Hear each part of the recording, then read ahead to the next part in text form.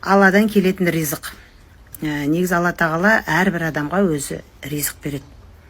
Сонда атана, мысалы маған Алла тағала өзі 1 миллион теңге ақша беріп тұрса, мен бірінші очередь баланы ойлаймын. Сосын айтам, мына балама 100 мың берейін, мына балама 100 мың берейін, мына балама 100 мың берейін деймін да, содан қалған ақшаны өзімде почти ештеңе қалмайды да. Содан кейін өзім бір нәрсені қалап тұрам, бірақ оны алмаймын. Өйткені тағы да не алып берсем екен, қалай істесем екен деп басқа жаққа жұмсап қоямын. Негізінде Алла тағала маған берген ризықты, егерде өзімнің қалап тұрған затымды алатын болсам, әрбір балама өзі жеке береді екен. Сонда мына беріп тұрған ризықты балаларыңа бөле бастаған кезде, сонда Алла тағалаға бүйтіп айтады екенбіз.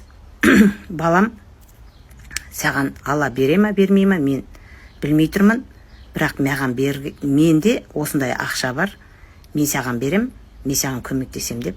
Сонда Алладан келетін тікелей ризықтың жолын атана өзі байлап қояды екен. Сол себептен мына балаға тікелей келіп тұрған потокты, энергияны, мына ақшаны, ризықты атана өзі жауып қояды екен. Сол себептен де жаңағы баланың өміріне араласпаған дұрыс болады, иә? Былай істесең дұрыс болар еді, мен былай істер едім деп айтуға болады, конечно, өзіңнің балаң болғаннан кейін.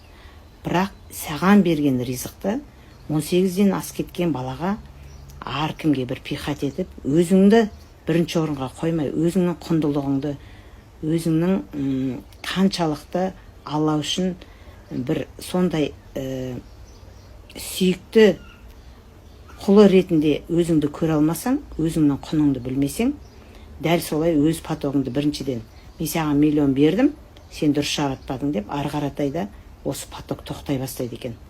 Сол себептен балалардың жолын атана өзі ашады. Егер де біз контроль жасап, өзімізге берген ризықты ары-бері шашпай, өзімізге арнайы келген нәрсемен, өзімізге арнайы қалап тұрған затынды алатын болсаң, сонда Алла тағала маған берген нәрсені менің әрбір балама да жеке-жеке береді екен. Сол себептен осындай нәрсеге де көп қарау керек. Егер де сіздердің өміріңізде дәл осындай ситуация болса, маған осындай ақша келеді, бірақ та мен соны өстіп беріп қоямын, көп контроль жасаймын, кейде Аллаға күмәнданып қалам деген осындай проблемалар туындап жатса, я болмаса мен де қазіргі уақытта осындай ақша потогы неғып жабық тұр, жолым неғып жабық тұр десе, осыған диагностика жасап, осыны анықтаса, осындай проблемалар шығуы да мүмкін.